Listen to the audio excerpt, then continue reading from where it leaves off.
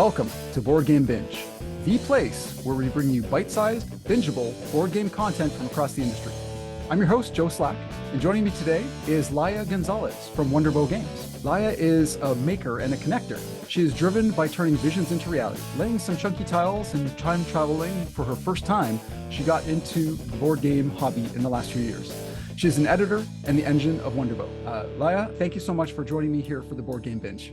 Thank you so much to you. Thanks for taking the time to chat with me. Absolutely. I was so glad when you agreed to be interviewed because I know James already spoke with Carl Robinson, who's the designer of your latest game, Kelp.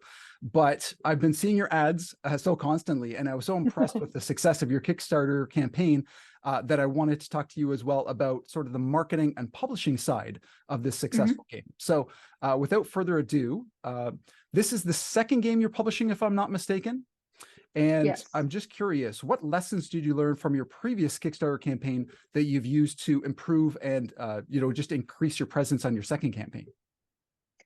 So it's our second board game Kickstarter campaign, but it's actually our fourth crowdfunding campaign. We've done two previous campaigns for documentaries, which is a total different thing. But what we actually have learned over and over again is doing a Kickstarter campaign successfully is all about doing the campaign before the campaign. On the very first crowdfunding campaign, also on Kickstarter, I didn't know anything about it. We just pressed launch and it was like, okay, now we have to tell people about it. That's like 7-8 years ago when we did it. We learned then that you have to do the work before you actually press the launch button. And there's not that much different that we have learned from the previous games campaign, because we already knew what we wanted to do for this one so that we can get the word out. And it has been like almost a year of already talking about the game before we even had before we launched, actually. Yeah. Excellent. So what forms of advertising did you use and which methods did you find to be the most effective? So I would say the most effective one, I don't know if those brought us the highest number of backers, but I think the most effective and satisfying method of advertising was actually going to conventions. We've been to, I think, 6 or 7 conventions this year. We have traveled a lot. We are based in Germany, went to the UK, went to Gen Con in America, and then to some other smaller conventions. And we have a lot of people now that are backing the Kickstarter that said, oh, I met you then and I met you there. And this is just so important because we were able to get a lot of great feedback back then. And we have been able to take like I don't know how high the amount of people is, but I think like a certain number of people that just came with us on the journey from meeting us at the convention, following us on Instagram or TikTok or Discord or wherever, and then now going into the Kickstarter page. Apart from, of course, running ads. I mean, running ads is more effective because you reach much more people all around the world. But the nicest marketing, I think, has been just going to conventions and meeting everyone. That's fantastic. So at these conventions, did you always have a booth or a table? And then how did you go about making sure that people would remember your game? Did you get them to sign up for an email list or some other kind of reminder? Yeah, so we did book booths this year, and it was also like a big investment for us because usually if you go to a convention, you want to be able to sell games, and we only had this one game that we were able to sell, our previous one, but just by only having one title to sell, you're not going to cover your costs on a convention booth. So we have seen this as being investment for Kelp, and it has paid out, of course, now, thankfully. And we started. On the first convention we went to, we had already published the Kickstarter pre-launch page where everyone could sign up, but we also made a designated website for Kelp where we published also all the dates of the conventions we were going to, more photos and videos and all the content that we just kept making. We published that on this special website, and there people could enter their email as well. And for this particular campaign, we also had a different way of approaching people beforehand. So we met this agency called Launch Boom at Gen Con. And we decided to work with them because they had a very good idea on how to approach people before the campaign, where you're not only asking them to give you their email address and then just hope that they come back. Because we saw on our previous campaign that we spent quite a lot of money on getting email addresses via events, ads, whatever, and we had a really low conversion rate just from the email signups. And what this agency told us is, if you can get people to be engaged with you in your game beforehand by already giving you $1 and you give them something back that is really valuable, chances are really high that a much larger number of people will actually back the game. And we thought, like, yeah, that makes totally sense. You know, if I tell you I have this great game and I will give you this mini expansion that goes with the game, and if you tell me now that you want to have it and you give me $1, which will we will also make it available for everyone else just at the regular price. But if you give me this $1 now, I can gather as much information as possible to see how many people we can reach to be able to build the best campaign that we can do, and also the best product, and find the lowest price points and everything. So the more people that we got involved beforehand, giving us this $1, helped us make the best campaign page we could and the best offer. So this has worked really well beforehand. And some people didn't like it, but a lot of people did. And a lot of people actually reserved the mini expansion beforehand. And this really helped us a lot. Oh, that's great. Yeah, I mean, that it's really asking somebody to make a very, very small micro commitment. Most people can afford $1, and just having people do that.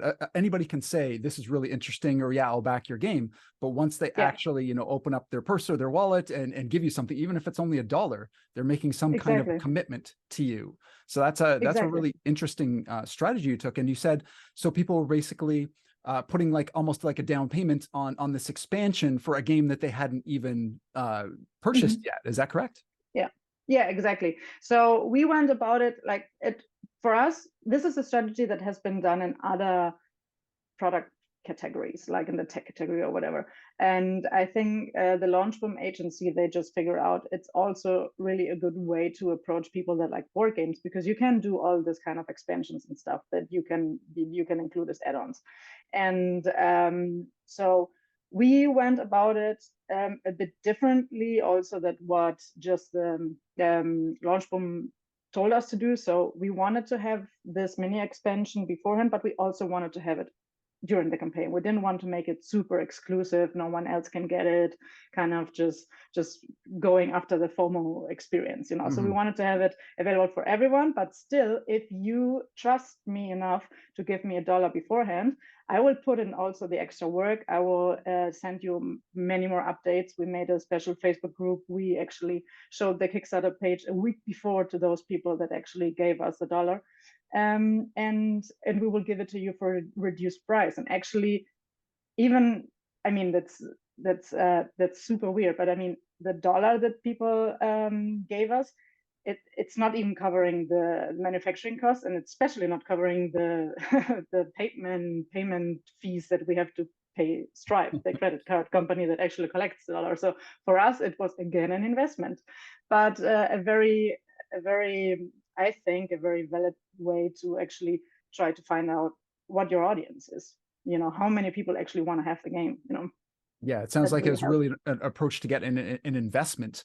Rather, you had, you know, people who are now committed to you, who are becoming, you know, super fans, who, you know, are loving that. You gave me a great deal on this thing. I'm finding all about the game, and they get really closer to you as you know, person, as a company, have more trust in you. And then when the game launches, they already know so much about you and everything. So it just made it a lot easier, I'm sure, for people to hit that pledge button afterwards.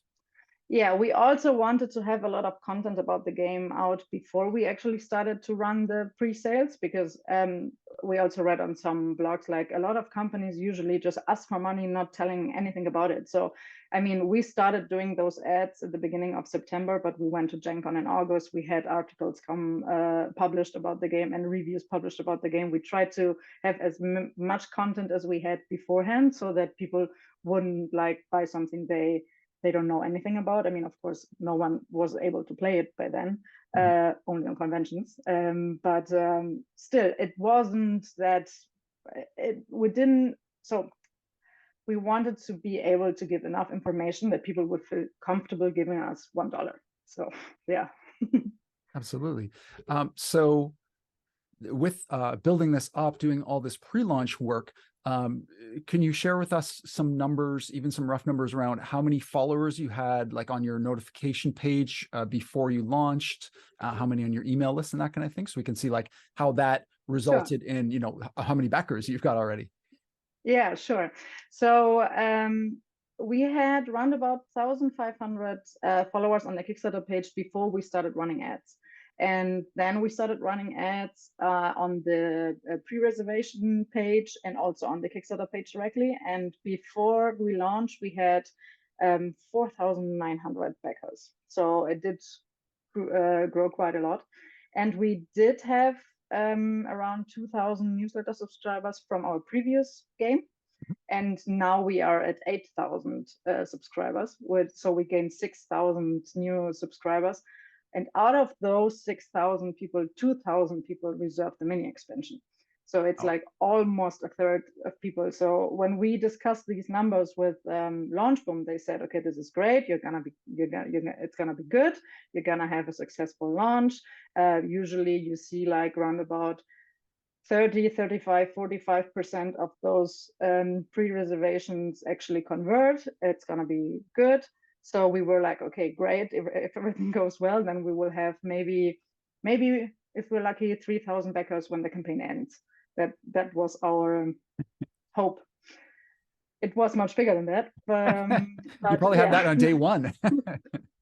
Yeah, we had, I think, 1,500 on day one or something like that. I don't know exactly. I have to look it up. But yeah, so I think that's why I also believe you can run a really good ad strategy and marketing strategy, and you can try to calculate all the numbers with the help of our advertising coaches, or however we want to call them. But in the end, if a product is successful, it depends on so many other factors as well.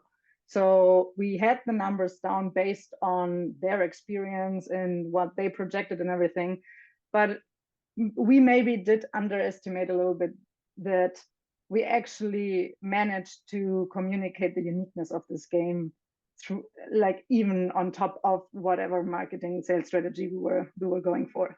So this is what we really love about it, that people actually appreciate the uniqueness of this game and are coming, you know, and want to have it. So yeah, I mean, between the game and then the strategy of bringing people in, I mean, you hear some people say you can get a conversion rate of about 10 or 20%, somewhere in that range, of people that generally sign up for your email list when it's just, you know, sign up to be notified for my Kickstarter campaign that's coming up. But you're saying that you're like looking at somewhere more like 30 to 40% for the people that actually like committed that $1 for the expansion. Yeah, we can't say for sure because we don't have the email addresses of the backers yet. So that's only what we estimate. Right now, we have a 23% conversion rate looking at Kickstarter followers if they backed. But we don't have any information on our newsletter subscribers yet. What we do know, and this is also what Launchboom said, it's like, okay, you have 6,000 newsletter subscribers. Out of them, 2,000 reserved. This is a really high purchase intent. So a lot of people really want to have it. So it could be good. Yeah, one third of people committed to that. And then, yeah, I mean, the good thing is, if you have a really good first day or two, you fund very quickly, then other people start to see the campaign, and people love backing a winner too. So it just goes back to that importance of how funding quickly is really important to get that momentum going and get other people to see your game, and for it to just continue and just kind of spiral, and in your case, kind of go viral almost. Yeah, I mean, I don't know if we went viral. I saw that someone made a meme with us. That was really cool. So I think that's like the highest honor you can get on the internet, if someone makes a meme with your game. So you know you've made it if you got a meme after your game. Yeah, exactly. That's great. So I know you were saying, you know, Launchboom had some projections and you had some ideas of how many people you might have coming in. Did you expect the success that you've been having, and what in specific really surprised you once you launched? So we didn't expect to be that big at all. We expected to have, if everything goes well, like 3,000 backers. We had planned our stretch goals that we can get them throughout 28 days. We ran, we crushed all the stretch goals on day 3, and then everyone was like, we want more stretch goals. We were like, oh my god, what are we gonna do now? Like, I've been planning this project for months, and I've been calculating everything and seeing what can we add that we can work with the manufacturing costs, that we don't add too much shipping weight and everything. And then suddenly everything changes, which is a good thing, of course, but I mean, there is only so much we can do now on stretch goals, but we have actually doubled the number on stretch goals now. So it's people like it. I understand why they like it. So yeah, this is going well. So it did surprise us that we actually got so many on day 1. Day 1 was really strong, and we didn't run almost any ads on day 1 until day 3. We started running the ads that you all are seeing. We started running them on day 4 actually. Oh wow. Yeah, so that was really cool. It is, yeah. So yeah, being Kelp being a 2-player game as well, I was really interested to see how well it did, because not every game that goes to Kickstarter is a 2-player game, or that looks like yours, a symmetrical 2-player game. Yours is a little bit different than some out there. It's a bit of a niche game, some might consider it.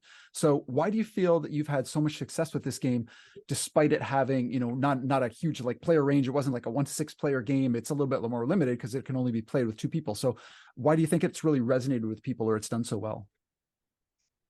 I think people can see what we see in the game. So when Carl pitched it to us, we knew this is really special. Like, the gameplay is very unique, the theme is very unique, the whole way you want to play it is very unique. I think I personally, I don't think that this is a game where I'm like, trying to build things or collect points or whatever. I mean, I love those kind of games as well, but I think with Kelp, we are more like offering an experience, because you do actually feel a little bit like a shark swimming around, or like an octopus hiding, and all the movements that both roles can do are based on real life actions that the animals do and everything. So I think we just saw this is such a good game. We don't care if it's 2 players, 3 players, 4 players, whatever. We're just gonna do the best version of this game, because this game is so good. And we are such a small publisher that we are gonna like put everything into this project, not really looking at what is good for the market or what do people say about everything.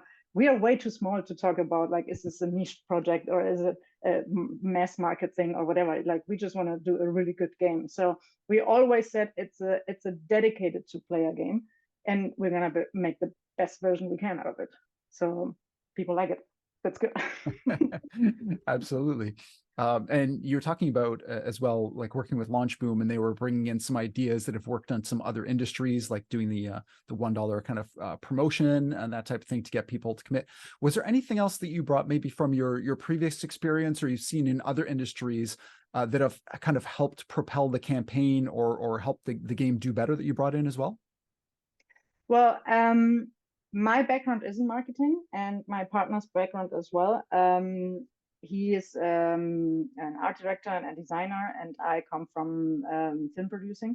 And we have our own marketing company since 2018, and hope that we can just kickstart our board game publishing business to make it full time. We are not working on it full time yet, but we hope to do it. But I think our whole background helps us just make the product stand out. So we have been able to do really professional looking photos, and the video, I personally think, is very well made, and we are very happy about it, and all the way that we understand how to communicate what we actually want to communicate is what we think has helped us make this really a success. I mean, one example, for instance, when we, at the very beginning of the project, when we were talking about the name of the game, it was called Kelp from the beginning. And Carl said, if you think you want to change it, of course, think about it and everything. And we were like, no, we love Kelp because it represents the whole world or the whole setting of the game. And also it's a word that works in many different languages. But we added the subtitle Shark versus Octopus. And Carl in the beginning wasn't even a fan of it. And he even ran like a small survey on a Facebook group saying, how should we make the subtitle for the game? And then there were some different options and stuff. And I think we did decide on it, just also from a marketing perspective, because if you say Shark versus Octopus, you directly understand what the game is about. You know, it's 2 players and you know, it's a head-to-head battle of wits kind of. So I noticed when I was at UK Games Expo and I talked to the people from Senate magazine. I went there and I was like, oh, I want to pitch you the game. Maybe you want to make an article about it. It's Kelp. And then they were like, wait, is this Shark versus Octopus? And I was like, yeah, exactly. And I was like, okay, this is what people remember. If they can't remember the word Kelp, they understand it's a shark versus an octopus. So yeah, this is one of the decisions that I think were more marketing driven, but just for the purpose of making it really clear and understandable what the game is about. And this is what I think you have to always ask yourself, like, do people understand what you want to tell them? Yeah, that's interesting because when you hear the word kelp, you might kind of understand kind of the environment or some things that are involved, but you wouldn't necessarily know exactly what the game's about. But that tagline, Shark versus Octopus, it makes it very clear. Yeah, it's 1v1. You're playing these different roles. I mean, you know exactly what you're getting into, which I think is really helpful for people, when they're picking up a game box or thinking about what they're going to buy, because there's the whole thing about curiosity. So Kelp might get them curious, and then they read a little bit more, and now they know what they're getting into, and then they can make that decision. This type of game that I'm interested, yes or no, and then you've got your fans right there. Yeah, for sure. I mean, we had other options that Carl suggested as well, or in the Facebook group were suggested that maybe sounded more beautiful in a sentence, but it doesn't mean that you immediately get what we want to tell people, So yes, I think that was a very good decision. Absolutely. So, I mean, you picked up this game from another designer. So what type of games do you look for as a publisher, and what are the most important aspects of a game that you're considering publishing yourself?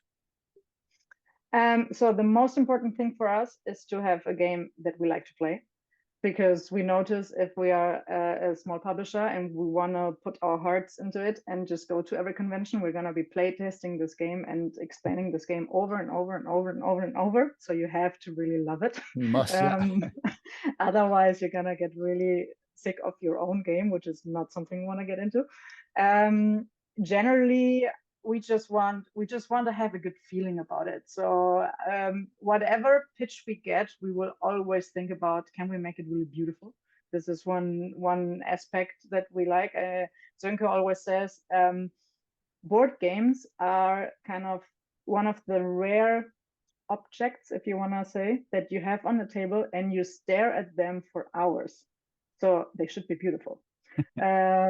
So this is one of the things that we really want to be mindful of. And I think every publisher will say it. We want to have games that are unique and where the theme can be unique or the mechanics are unique and everything. I think we will just go by our gut. And I think from a difficulty level, we want to be Kelp plus. We don't want to be like super easy kind of gaming, just because we enjoy a little bit of complexity in the games, but never say never. I don't know. I don't know what possibilities we will have in the future and what people we will meet and what ideas we will have. So yeah, it's great to keep your options open for sure. But yeah, you alluded to a game looking really nice. You're going to be staring at it for hours, that kind of thing. So, and Kelp has really nice components. And I mean, you had a lot of stretch goals as well along those lines as well. And it looks really good on the table. So how much does table presence play into your decision-making? Is that a huge part of it? Or would you maybe consider a game that's maybe doesn't have as much table presence, but has really amazing gameplay? I mean, it depends on how you define table presence. Even if you have a card game, maybe you think it's not that big of a table presence if you only have cards, but if you can make them really beautiful, it's still really nice to look at. So table presence is for us important, as well as the quality of illustrations, the quality of graphic design. Yeah, for sure. And of course, gameplay. But as I said, you want to be looking at something that looks good. So amazing. Do you want to let our viewers and listeners know anything more about Kelp and where people can find it? sure. So Kelp is on Kickstarter right now. And it's a dedicated 2-player asymmetric game where you play either a shark or you play an octopus.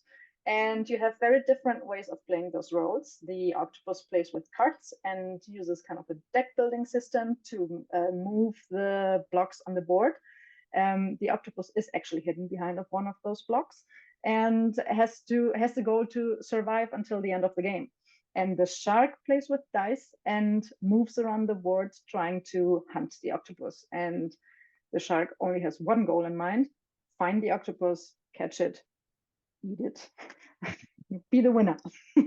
So yeah, this is Kelp on Kickstarter right now. Awesome. Well, Laia, it was a pleasure talking to you, and I wish you all the success in the world with Kelp and all your future games.